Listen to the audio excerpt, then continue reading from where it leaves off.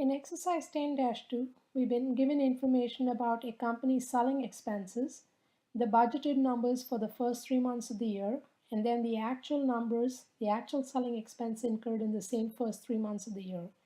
We've been asked to prepare a selling expense report comparing the budget and the actual numbers by month and year to date. The word year to date simply means totals.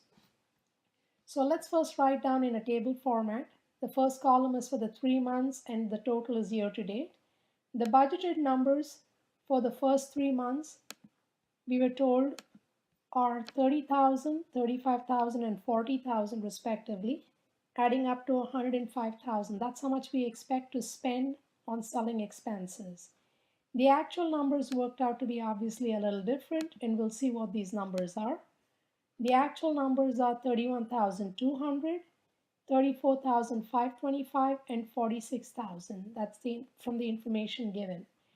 The variance is the difference between the budgeted and the actual numbers. And you will see the variances over here.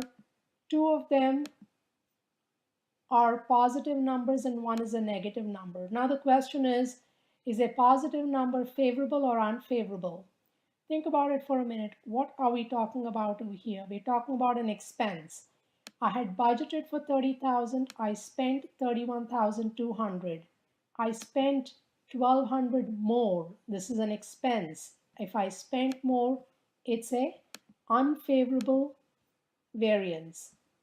The negative number is actually a favorable variance. I had budgeted for 35,000. I spent less than 35,000, so that's favorable. And the third month is again unfavorable. When you add up these three numbers, we have a net unfavorable number. For the 3-month period, the net is unfavorable.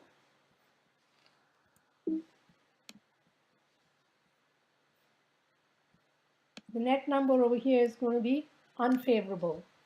So overall, the company spent $6,725 more on selling expense in the first quarter than they had planned to. This may or may not be a good thing. At first sight, obviously, it's not a good thing. But there could be other reasons why it could be a good thing, that maybe you have employees who are doing better than you expected them to do, and their commissions have gone up, and that's a part of selling expense.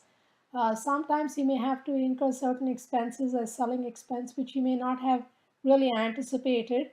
But again, it's all a part of making the sales happen.